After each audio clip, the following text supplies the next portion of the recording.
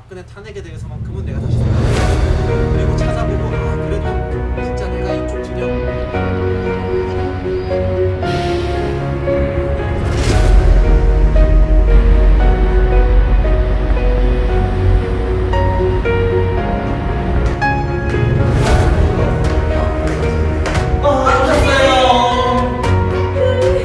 유튜브를 보고 계신 시청자 여러분 안녕하십니까. 문브레이커스, 문재인을 때려잡는 젊은이들의 프로 문브레이커스 작은 내부 코너죠. 우리 젊은 지역 각지에 흩어져 있는 숨은 보석들을 찾아가고 만나가는 시간. 아까 인트로에서도 보셨다시피 이곳은 부산입니다. 그래서 현지에 맞는 리포터 한근영이 나와 있습니다.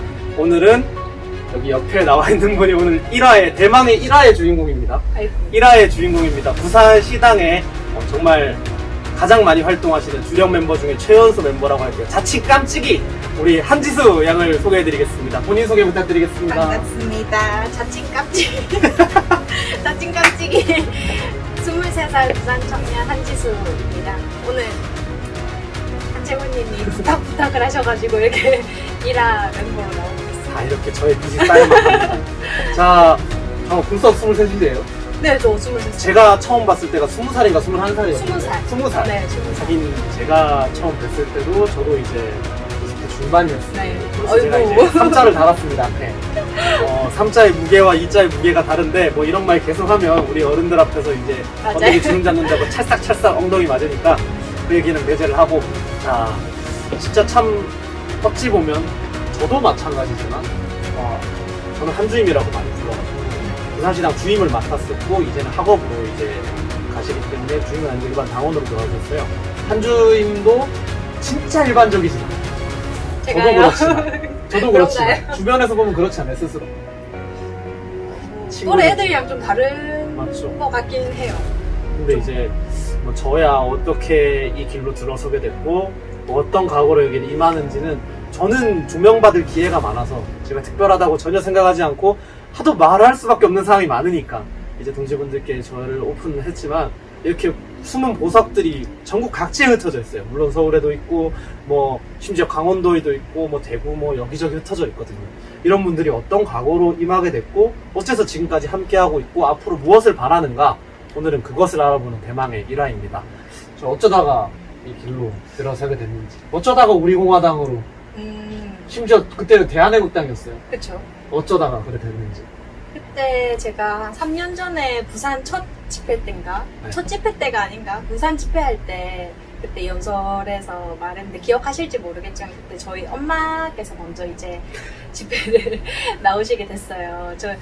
저희 엄마랑 많이 닮아가지고 아시는 분들도 많거든요. 그래서 엄마가 먼저 집회에 나오시게 됐는데 처음에는 이제 반대하다가 저희 엄마가 뭐 주말마다 나가시는 분도 아니고 뭐 어디 돌아다니고 그런 분이 아니셨어요. 맨날 주말 되면 집에 계시고 뭐 퇴근하면 무조건 집에서 그냥 쉬시고 그런 분이셨는데 주말마다 서울을 왔다 갔다 맨날 하시는 거예요. 매주.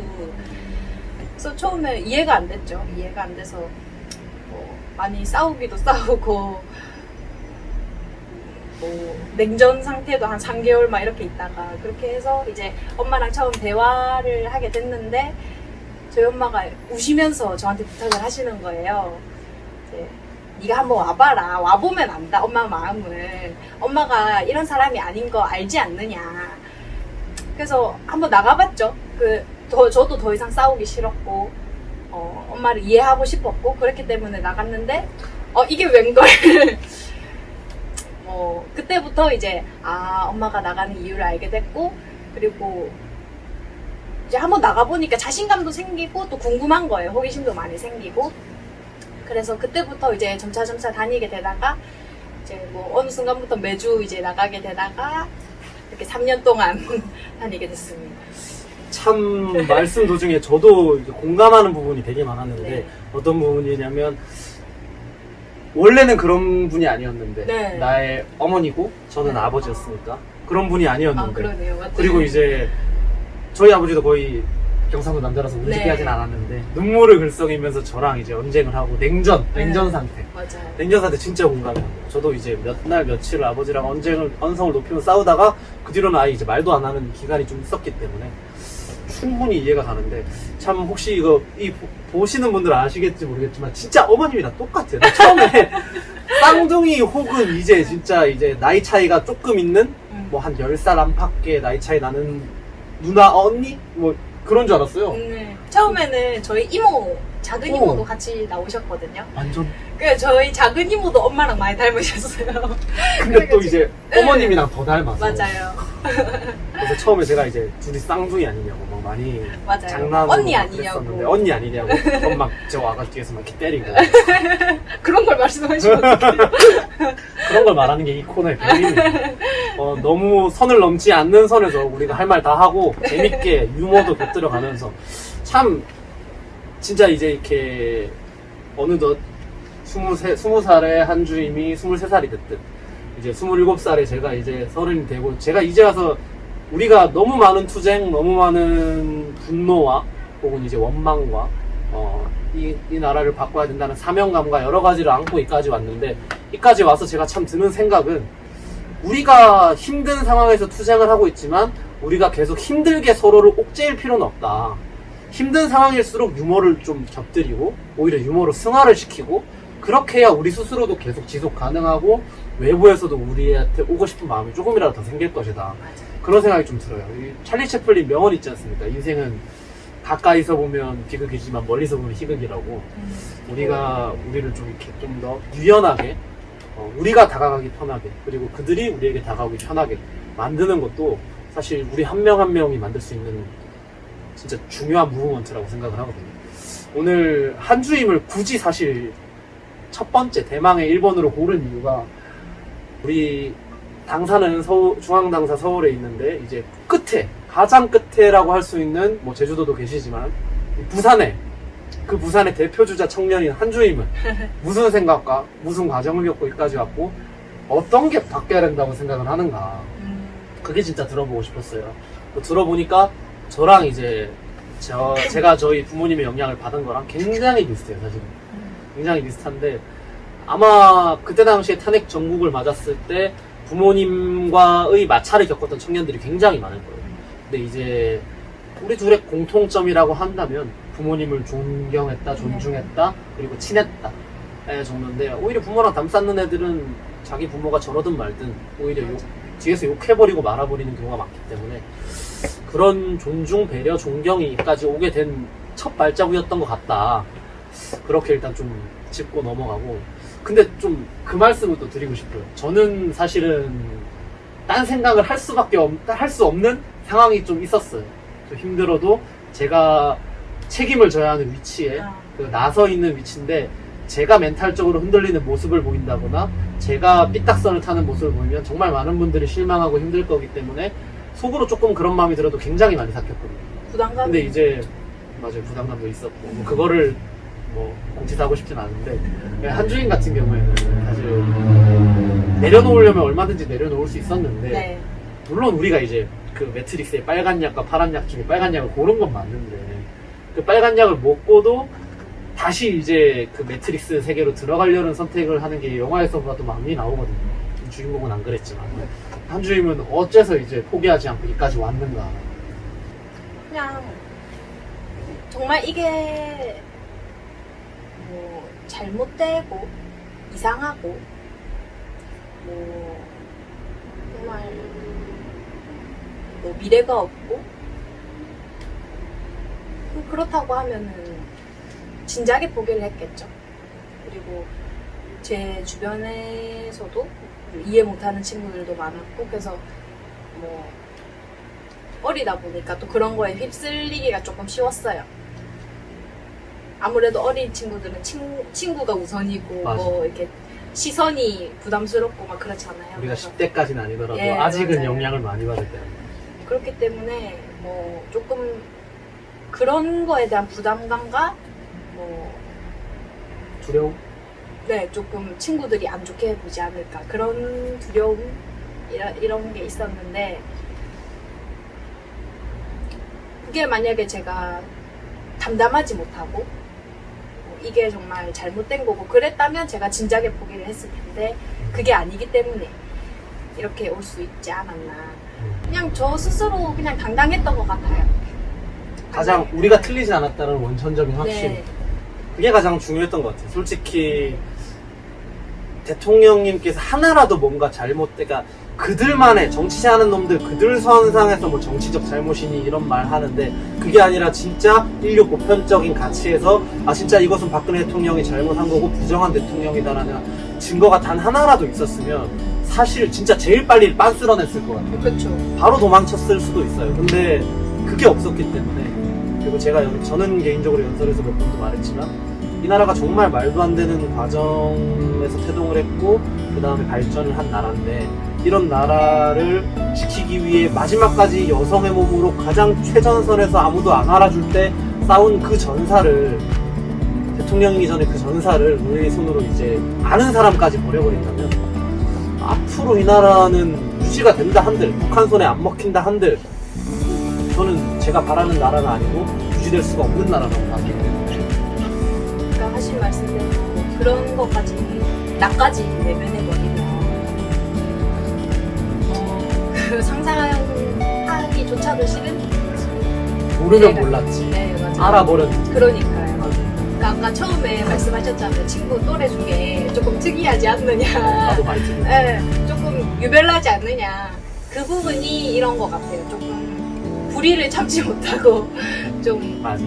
알고 나서도 외면하는 사람이 있는가 반면 내가 아니면 안 된다. 뭐 이런 마인드?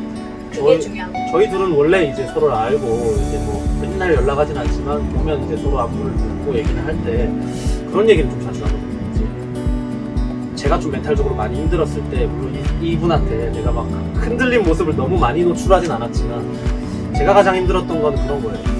제가 그래도 지금은 30대지만 그때 당시엔 그래도 20대였고 물론 아까 친구로부터 혼자 동떨어져 있는 느낌, 나만 이상한 느낌, 정말 내가 잘못 알고 있나, 나만 또라이인가 이런 생각이 들 때도 있어요.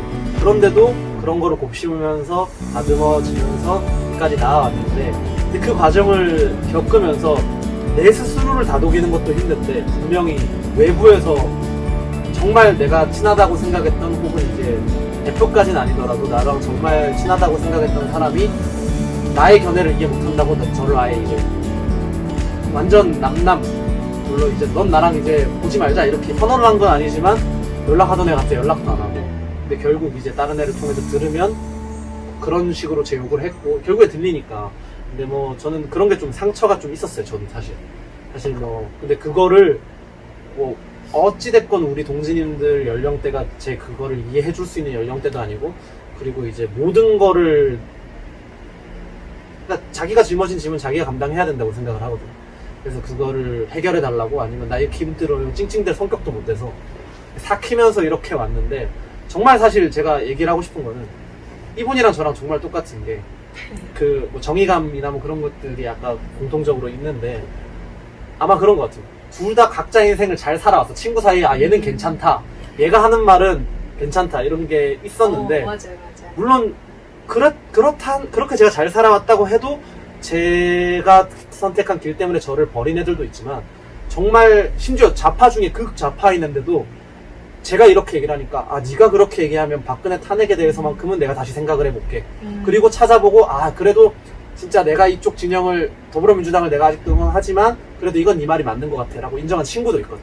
가장 좋은 건 그건 것 같아요. 우리 당원분들께 제가 또 얘기하고 드리고 싶은 말씀은 사실 우리의 모습이 멋있고 그리고 참 괜찮은 사람이다라는 주변의 인식 인정을 통해서 우리가 함께하고 있는 아젠다도 같이 인정받을 수도 있거든요. 그러니까 우리 대통령 탄핵이 잘못됐기 때문에 그 일을 하고 있는 우리가 인정받을 수도 있지만 대통령 탄핵에 대해서는 관심이 없지만 이 사람은 정말 멋있는 사람이야. 근데 이 사람이 박근혜 대통령 탄핵을 반대를 하네? 그럼 이 얘기 한번 들어볼까? 이렇게 될 수도 있거든요. 그래서 우리는 보다 우리의 모습에 옷가짐도 이렇게 단정하게 하고 얼굴도 뭐 태생적으로 잘생기고 못생기고는 어쩔 수 없지만 좀 여성분들은 화장도 좀 하고 남자는 이제 머리도 좀 감고 눈곱 떼고 막 면도도 좀 하고 딱 조금 운동해서 이제 몸도 이제 좀 다부지게 그냥 딱 건강하게 보이고 그리고 이제 언행이나 그리고 이제 사람을 대하는 자비나 뭐 이런 여러 가지 면에서 나의 품격을 올리는 게 결국 대통령님에 대한 인격, 품격, 판단에 직결한다. 정말 많은 거. 그런 거 진짜 있어요. 정말 많은 거. 진짜 상처가 됐던 거는 나랑 생각이 다르다고 나를 배신했던 그 사람들, 그 애들, 그 형들, 뭐 그런 사람들이지만 진짜 또 그게 더 치유되고도 이제 자존감이 회복된 것까지도 있었던 거는 나로 인해 생각이 달랐던 친구마저 생각을 잡으면 내가 그 정도의 영향력이 있는 사람이구나. 나 하나로 이만큼 큰 변화를 일으킬 수 있구나라는 거기서 이제 좀 자존감이 많이 회복됐던 것 같아요. 이제는 저는 뭐 이제 그때 20대 후반에 그때 힘들었던 그 과도기를 지나서 이제는 멘탈적으로 많이 자리를 잡았지만 제가 이분도 마찬가지 진짜 많이 우는 거 많이 봤어요. 눈물 콧물 막 그냥 많이 울었잖아요. 아닙니다. 나중에 다 얘기해야 돼요. 그래도 이제 다 딛고 왔다. 저는 되게 운명을 안 믿는 사람이거든요. 이제는 운명이 어느 정도 있다고 믿는 거예요. 모든 사람에게 운명이 있진 않지만 특정 사람들에게 크고 작은 운명이 주어진다고 생각을 하는데 적어도 우리에겐 그 운명이 주어진 것 같고 우리가 그 운명을 받아들일 수 있도록 그 운명을 이행할 수 있도록 좀 다듬어지고 있는 느낌이다. 그 쇠 막 땡땡 담금질 하잖아요. 네, 맞아요. 뭐 신이 있다면 아니면 이제 그 인류 보편적 그 의사가 있다면 우리를 이렇게 담금질하고 있는 것이 아닌가. 1기 지도부에서 2기 지도부 올라오면서 여러분들이 느낄 정도의 변화가 있는지 모르겠지만 정말 내부에서는 많이 바뀌려고 노력을 하고 있고 집회도 정말 뭐 저랑 진채고랑 그리고 이제 집회를 담당하는 우리 모든 당직자와 최지민 부국장의 대표님도 모든 분들이 이제 머리를 싸매고 고민을 하고 있단 말이에요. 그게 이제 결과적으로 나와주기를 바라지만 이제 2기 지도부에 대해서 많이 바뀔 거예요. 나의 모습이 곧 우리 공화당이고 나의 모습이 곧 박근혜를 대변하는 대변인의 모습이다. 그런 좀 자부심이랄까? 사명감이랄까를 꼭 갖춰야 될 것 같아요. 정말 진짜로. 이 얘기는 언젠가는 한번 꼭 드리고 싶었어요. 그러니까 이제 나이도 어린 놈이 어른들한테 인격 단련해 이렇게 말하는 것처럼 들릴까봐 한 번도 이렇게 제대로 다 말씀드린 적은 없었는데 좀 그랬던 것 같다. 그러면 좀 이제 이 질문을 그대로 이 흐름을 그대로 타서 본인 아니라고 말하지만 저는 우는 걸 많이 봤거든요. 어떤 게 그렇게 많이 눈물을 흘리게 했고 어떤 모습에서 그렇게 상처를 받았는가. 이런 걸 말해도 멍석을 깔아줄 때 하는 거예요. 멍석을 말해도 깔아줄 때. 될지 모르겠지만 부산시당에서 한 3년 조금 안 되게 2년 10개월 정도 일을 하면서 물론 중앙당에 계신 분들에 비하면 세 발의 피도 안 되겠지만 어린 나이로서 조금 충격적인 뭐 일이라든지 뭐 사람들 간의 다툼이라든지 그런 걸 많이 보게 돼서 상처를 되게 많이 받았어요. 뭐 저한테 직접적으로 하신 분들은 안 계시지만 안 계시다고 해야 되나? 간접적으로 피해는 보는 네, 거죠. 조금 그렇지만 안내데스크를 다 담당했으니까. 네, 당원분들한테 당원이 아닌 분들한테 상처받는 것보다 당원분들한테 상처받는 게 저는 조금 더 많았던 것 같아요. 진짜? 그래서 그분들은 계속 봐야 되잖아요. 집회를 가든 뭐 부산시당 활동을 하든 계속 봐야 되기 때문에 제가 그만둔 이유 중에도 그게 큰 부분을 차지하고 있죠. 제가 이제 시당에서 계속 일을 하다 보면 계속 사람들과 부딪히고 그런 안 좋은 모습을 보게 될 텐데 거기에 제가 지쳐서 이제 그만두게 될까봐 그거를 사전에 방지하고자 이제 그만두고 그냥 활동만 저 알아서 해야 되겠다. 저도 엄마도 있으니까 엄마랑 같이 뭐 서울 왔다 갔다 하면서 그게 낫다고 생각이 들어서 부산시당을 그만둔 부분도 크죠. 어떻게 보면 그게 제일 이게 진짜 가슴 아픈 얘기인데 우리 동지분들이 뭐 저보면 항상 하는 말씀이 청년들 좀 많이 데려와야 된다든가 청년은 제가 봤을 때 이런 말씀드리기 좀 외람되지만 청년을 받아들일 준비가 우리 당원들이 아직 안 돼 있어요.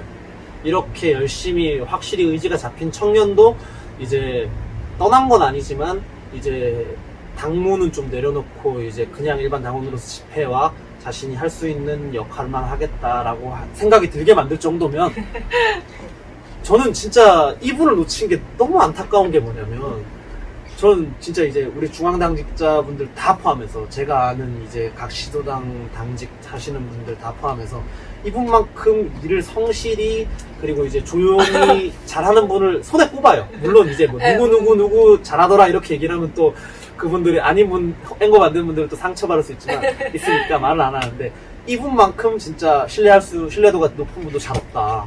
근데 이분이 어찌됐건 깜찍이 좀 해보세요. 이분이 이제 부산시당 당직을 좀 내려놓은 건 굉장히 안타까운 일이다. 부산시당의 저의 선거 포함한 모든 선거가 이분이 없었으면 굴러가지 않았다. 아, 그분은 너무 과찬으신 것 저는 그렇게 같은데요. 생각을 합니다.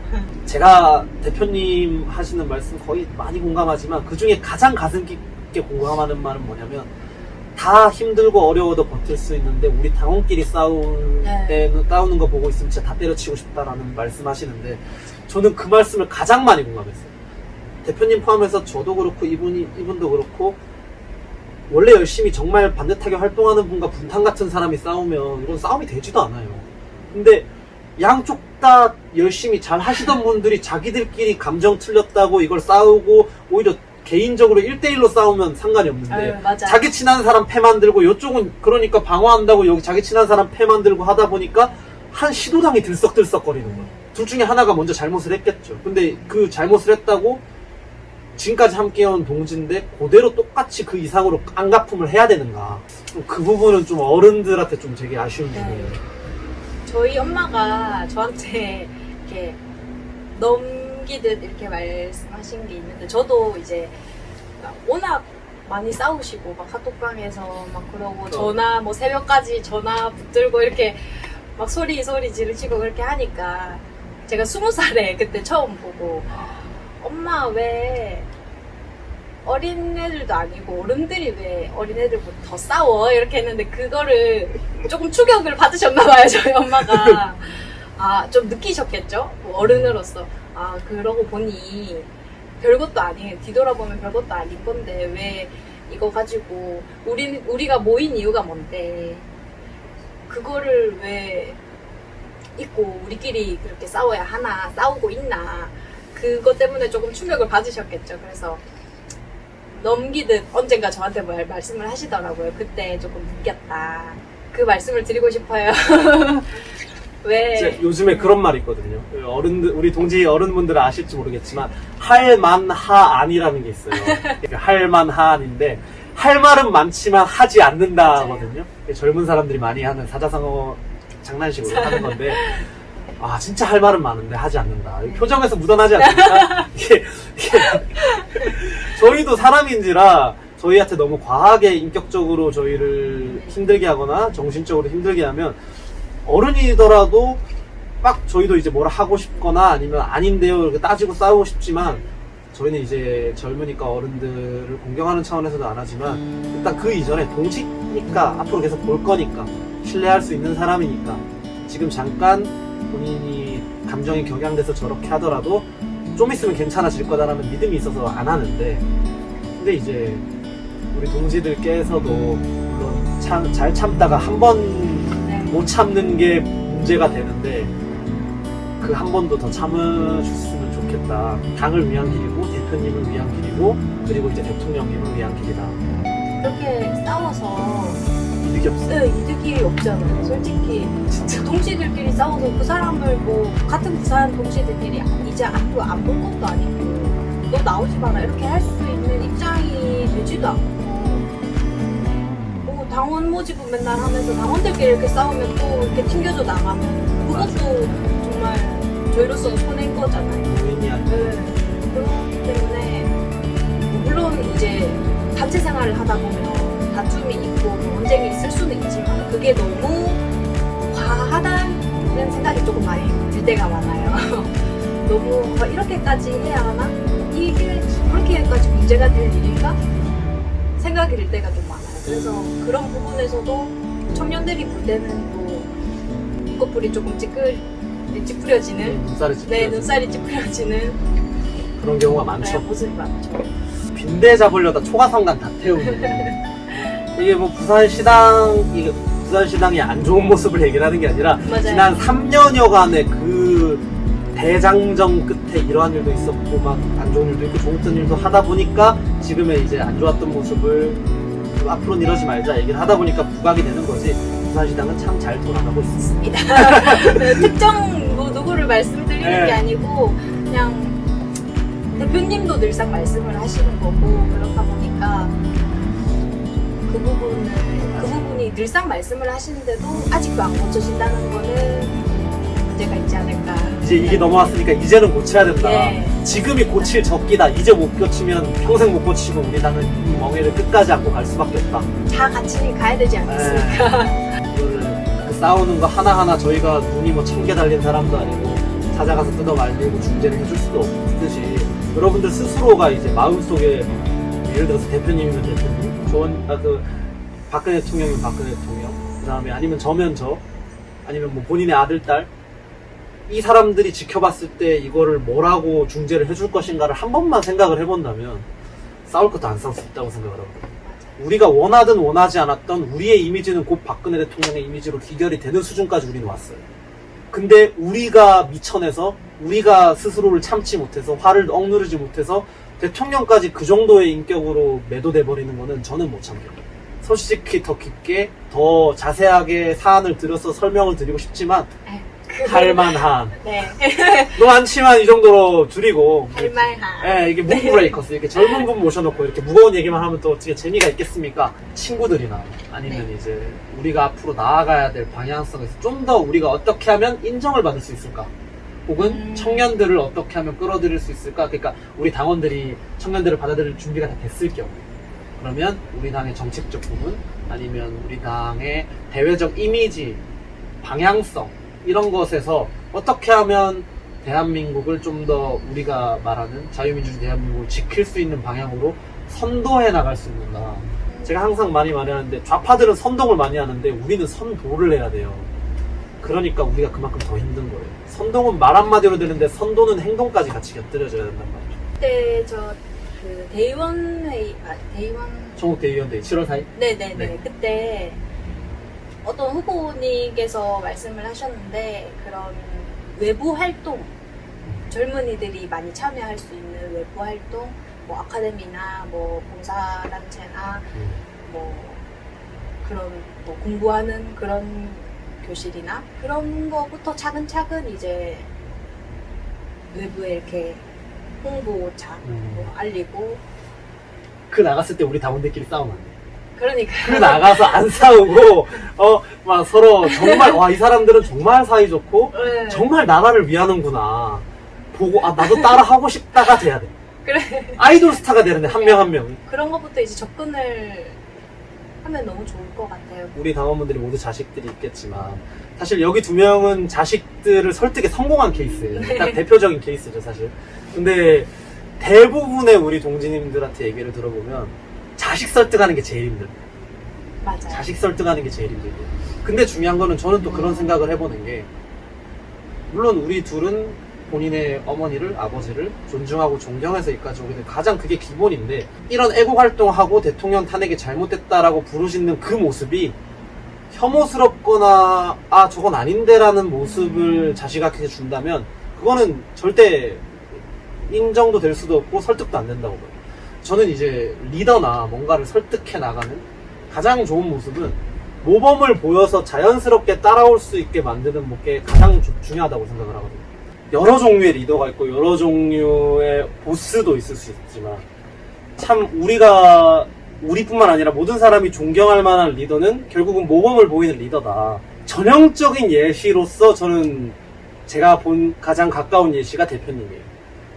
그분이 그렇게 열의가 없었으면 맞아요. 그분이 그렇게 솔선수범을 하지 않았다면 우리 공화당은 생길 수도 없고 존속될 수도 없었어요. 때로는 모질게 뭐라고 하시고 채찍질을 하시고 때로는 가혹할 때도 있고 이 어려운 길을 저분 하나만 보고 가는 거 아니면 대통령님 탄핵에 대한 그 진실만 보고 가는 게 사실은 우리가 힘들고 스스로 비겁해지고 싶을 때도 저분의 저런 열정적인 모습이랄까 아니면 솔선수범하는 모습이랄까 그 모습을 보고 적어도 저분이 계실 동안만큼은 내가 도망가면 안 되지 비겁하게 이런 마음이 우리 당원들이라면 거의 다 드실 거예요. 그 가장 가까운 그 예를 우리 가정에 접목시켜보는 거죠.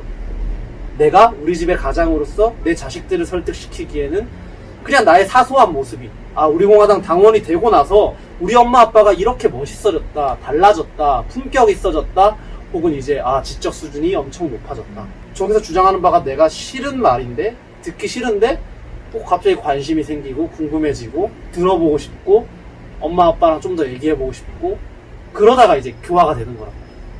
첫 술에 배부를 수도 없고, 사실 수십 년 살아온 세월을 한순간에 바꾸기도 어려운 건 너무 잘 아는데, 그 한순간 한순간에 내가 바뀌어야 된다는 절박함, 내가 바뀌어야 우리 전체가 바뀔 수 있다는 그 절박함과 그런 게 있다면 바꿀 수 있다고 보거든요.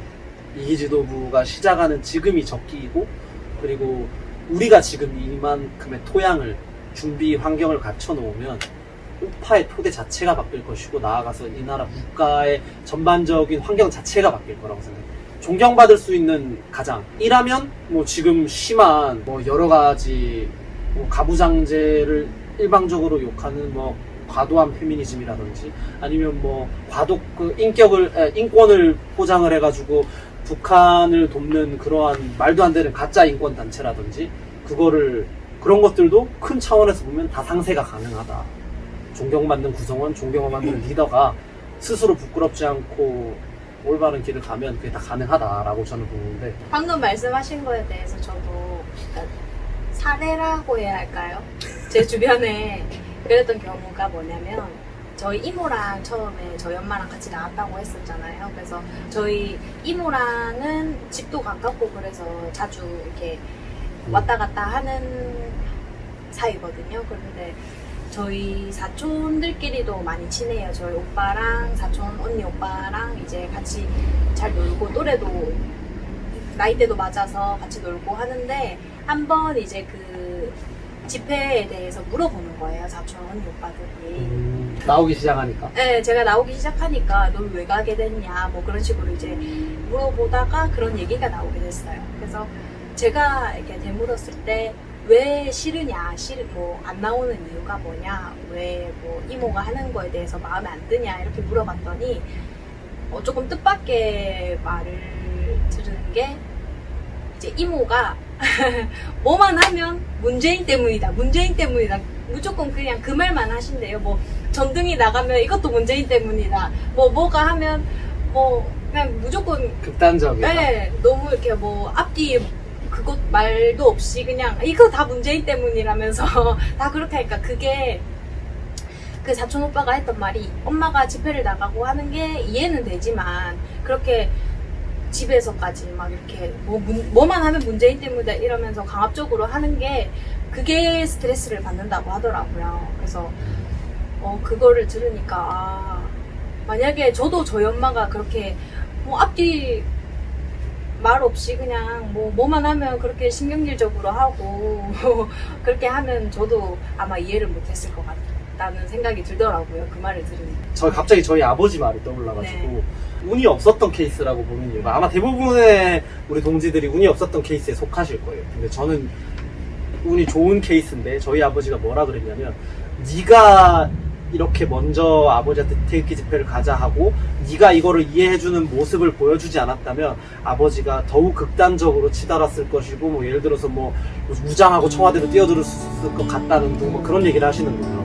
그 옛날에 탄기국 시절에 그 자식들한테 인정받지 못해서 투신자살하셨던 분이 계셔요. 이게 박근혜 대통령 탄핵이 잘못됐는데 그거 잘못됐다라는 얘기를 유서를 써놓고 투신자살을 하신 분이 계시는데, 또 그 집안은 되게 웃겼던 게, 그분은 나이가 이제 아마 70대 이상 되셨다고 보이는데 자식이 이제 민노총, 약간 그런 케이스인데, 극단적인 케이스인데, 만약에 저희 아버지가 그 얘기를 딱 보고 저한테 했던 말씀이, 네가 만약에 끝까지 나를 저렇게 믿지 못하고 혹은 또라이 취급을 했으면 아빠도 저렇게 됐을 수도 있다, 무장하고 죽기 전에 청와대에 들어갔을 수도 있다, 이런 식으로 얘기를 하셔서 그런 것까지 생각 안 하고 이렇게 하게 된 건데, 그런 것도 있구나라는 생각도 하게 됐고, 아까 전에도 또 얘기 드렸던 건데, 우리가 후국투쟁을 한다고, 우리가 옳은 길을 간다고 너무 항상 고되고 스트레스 받고 너무 진중하고 엄중하고 그러니까 진짜 무거워 죽겠는 그런 느낌만 있을 필요는 없거든요. 역사적 사명감을 가져가되 우리의 생활 요소요소에서는 웃음이 있어야 되고 그 다음에 유머가 있어야 되고 그다음에 휴머니즘이 있어야 되고 그 다음에 참 서로 부대끼고 살아갈 수 있는 그런 따뜻한 정이 있어야 되는데 우리가 너무 투쟁 이 나라를 지켜야 된다는 사명감에만 눈이 멀어가지고 너무 우리의 일상 자체를 메마르게 한 거 아닌가. 사막이 되어버리면 어떠한 작물이고 뭐고 나올 수가 없어요. 선인장만 살아남지. 우리 같은 사람이 선인장일 수도 있겠다. 그럴 수도 있죠. 우리 같은 사람이 선인장일 수도 있겠다. 근데 선인장 말고는 다 사라졌다. 메말라버리죠.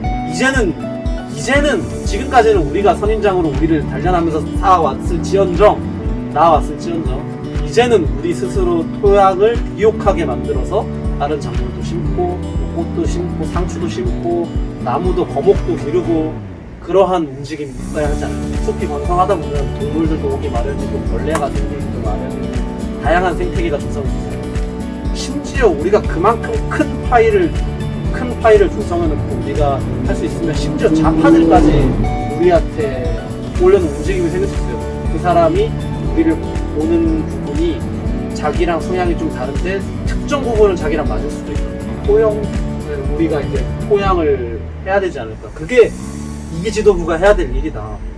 일기 지도부는 뿌리 깊은 하나의 나무를 심었다면 이기 지도부는 이제 그 나무가 이제 성장하고 벚꽃처럼 꽃도 맺혔다가 아니면 깨를 거목으로 키울 차례다. 우리도 스스로도 이제 변화를 해야 우리가 바뀌어야 지금의 우리가 지금까지 어떻게 보면 힘들었던 실패?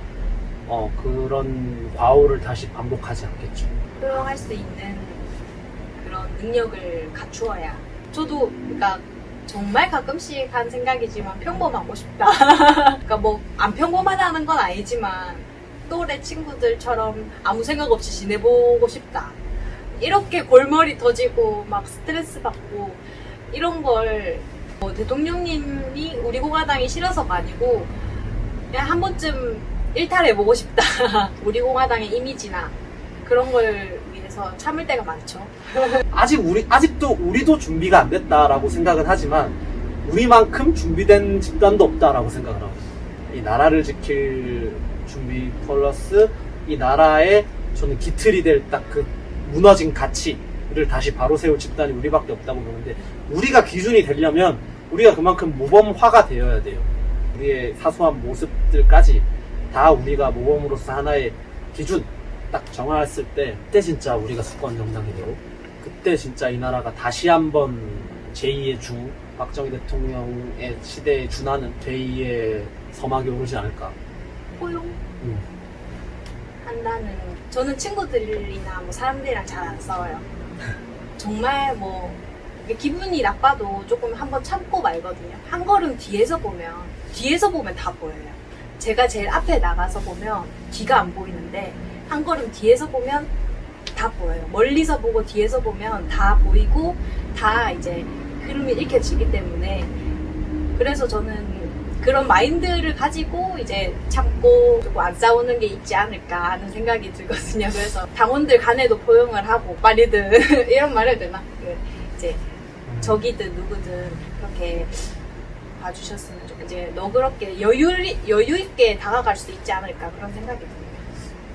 저도 좀 화를 되게 잘 참거든요. 네. 뭔가 좀 비슷하다는 생각이 드는데 이게 한씨 특징인지 그게 한씨 이게 한씨 특징인지 한간에. 근데 우리 집에 있는 한씨들을 봤을 때는 나 빼고는 성격 다 급해가지고 아, 막 그래요? 먼저 성질내고 싸우고 약간 이런 쪽이거든요. 근데 이제 저는 항상 그게 있어요. 누구나 화낼 법한 문제나 이제 친구들 간의 다툼이 당연히 젊고 혈기왕성할 때니까 싸우잖아요. 그런 게 있어도 저는 제가 이제 너 이거 잘못했다라고 지적을 하거나 이제 그 자리 정리하는 걸 빼고 그냥 붙고 싸워버리는 거는 저는 이제 한 번, 두 번까지 참아요. 세 번째 딱 되면 이제 완전 엎어버리죠. 저는 그냥 안 볼 생각을 하고 사고를 쳐요. 저는 제가 이제 딱 그 친구랑 이제 싸워야겠다라고 붙어야겠다라고 마음 먹었을 때는 걔는 이제 내 인생에 없어도 없어도 된다라는 각오를 하고 뛰어드는 거죠. 맞아요. 이게 더 무서운 거 아닐까요, 이게? 이게 진짜 무서운 건데, 맞아요. 잘 참다가 어느 순간 이제 인간관계를 정리해버리는 성향이 맞아요. 저 비슷한 것 같아요. 그래서 그리고 제 친구들이 제일 무섭다고 많이 했는데. 사고를 쳤을 때 뭐 내 편을 만들고 얘는 뭐 얘는 내 편을 들어줄 거야 맞아. 그런 생각 안 하고 그런 그냥 계산적인 거 못해. 네, 그냥 사고 쳐버리고 저 혼자 그냥 나와버려요. 저 혼자 나와서 그냥 이렇게 생각하고 가라앉히고 그러다 보면 저 좋아하는 친구는 알아서 따라오게 돼 있고. 함께 하게 돼. 네, 그리고 그 친구가 평소에도 뭐 행실이나 언행이 바르지 못했다면은 그 친구를 좋아할 친구는 없거든요. 그래서 맞아. 뭐 그런 거에 대해서 불안해하거나 편들고 막 이런 거는 안 해도 된다고 생각을 해요. 평소에 자기 행실이 이렇게 바르게 했다면 아마 전국 전국에, 많은 그쵸. 시도당의 우리 동지분들이 또 지금 어느 순간에도 카톡방 혹은 이제 만나서 싸우고 계실 거예요. 그분들을 보면서 안타까움도 있지만 그분들을 볼 때마다 또 다시 저는 대통령님의 위대함을 느낀다. 네, 맞아요. 저분은 저렇게 억울하고 저렇게 잘못한 거 하나도 없는데 안면 혹은 자기의 덕을 보고 자기랑 살 부대끼고 살았던 조직 혹은 이제 자기 밑에 있었던 사람들마저 반기를 들었는데 그걸 떠나서 자기를 알지도 못하던 전국의 불특정 다수들마저 자기를 완전 쓰레기 개차반으로 만들면서 지금도 욕을 하고 그때는 더 심하게 욕을 했고 했던 그 상황이 지금 몇 년이 흘렀는데 아직도 그것에 대해서 진실은 밝혀질 것이다 뭐 이런 수준의 외에서는 말고는 한 번도 격양되거나 이제 폭발하는 모습을 인격이 흐트러지는 모습을 보여주신 적이 없어요.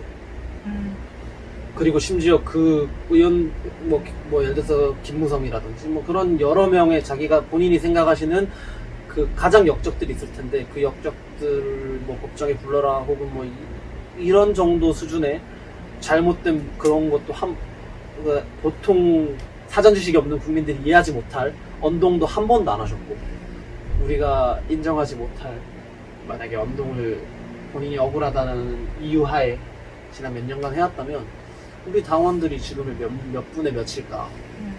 그쵸. 자기는 너무 억울해. 억울하니까 그 억울하다는 걸 관철시키기 위해서 그렇다고 정당화될 수 없는 행동들을 하는 사람들이 많거든요. 맞아요. 네. 그런 걸 생각을 해보면 진짜 대통령님 위대하신 것 같다. 대단하신 것 같다. 그거는 가정교육의 영향인가 DNA의 영향인가? 둘 다 아닐까요? 둘 다 하겠죠. 둘 다겠죠. 뭐 후천적인 것도 중요한데 선천적인 것도 되게 그쵸. 중요한 것 같아요. 한계가 있으니 후천적인 거. 선천적인 특출남과 후천적인 위대한 교육이 노력이 함께 시너지를 이루면 저 정도까지 갈 수 있구나. 사람이 그래도 그럴 수가 있나? 그래도 되는가 싶을 정도로 뭐 대표님도 그렇고 사람이라면 저 정도 그 정신적 한계선에 몰렸으면 이 정도는 한번 화를 내거나 그러니까요. 막 좀 무너진 모습을 보여도 될 것 같은데 한 번을 안 보이시니 과연 진짜 정말 제가 그 상황이면 저는 정신병원 실려갔을 거예요. 저도요. 진짜. 저 진작에 갔죠. 진짜 실려갔을 거예요. 진작에 저는 갔죠. 1년도 안 돼서 정신병원 갔을 것 같아요. 진짜. 그 배신감과 그러니까 이게 내가 잘못한 게 없다라는 거를 본인이 너무 잘 아니까 네. 그게 더욱 스스로를 옥죄이고 안 좋은 방향으로 이끄는 거야. 그러니까 더욱 그러니까 좀 답답한 모습 혹은 이제 더욱 그 남들이 이해할 수 없는 모습, 무너진 모습으로 비춰지는 거죠. 우리 당원들 모두가 대통령 품격의 반만 이제 저 포함해서 모든 분들이 반만 따라가면 벌써 우리 당은 지금쯤 수권정당을 코앞에 두고 있을 것이다. 지금 이곳이 아까 인트로에서 보셨겠지만 부산시당 당사입니다. 근데 지금 카메라를 앵글을 확 돌릴 수가 없는 게 부산시당 당사를 이사한 지 얼마 안 돼가지고 좀 정리가 안 돼 있어요. 그래서 협조는 받았지만 부산시당 우리 관계자분들이 제발 절대 흐트러진 모습을 노출시키지 말아달라. 그래가지고 앵글을 돌릴 수가 없는 점. 부산시당 당원들이 이렇게 알뜰살뜰히 살고 있다라는 모습을 보여드리고도 싶은데 정말 진짜요. 그렇게까지 나쁜 모습은 아닌 것 같은데 네. 본인들은 부끄러운 본인들의 모습이라고 생각하시는지 돌리지 말라고 하시네요. 워낙 다른 시도당이 깔끔하고 넓고 좋으니까 약간 부산 이런 타이틀에 약간 부담감이 위원장님이 있으신지 조금 그런 게 없지 않아 있는 것 같아요. 더 잘할 수 있다. 정말 더 잘할 수 있다. 화이팅! 할 수 있다. 오늘 한지수 양을 만나봤는데 깜찍이라는데 뭐 정말 많은 얘기를 나눠봤어요. 근데 좀 진중한 얘기를 젊은 사람이 나와서 해야 그나마 봐줄 수 있다고 생각을 하거든요. 언젠가 한번 드렸어야 할 이야기, 언젠가는 짚고 넘어갔어야 할 부분을 오늘은 이 문브레이커스 이 가장 상큼이 깜찍이 본인이 얘기하는 이 한지수 양이랑 오늘 첫 영광입니다. 시작의 불꽃을 쏘아 올렸습니다. 진지한 얘기인데 쏘아 올렸는데 많은 분들이 이것을 서로 이제 다시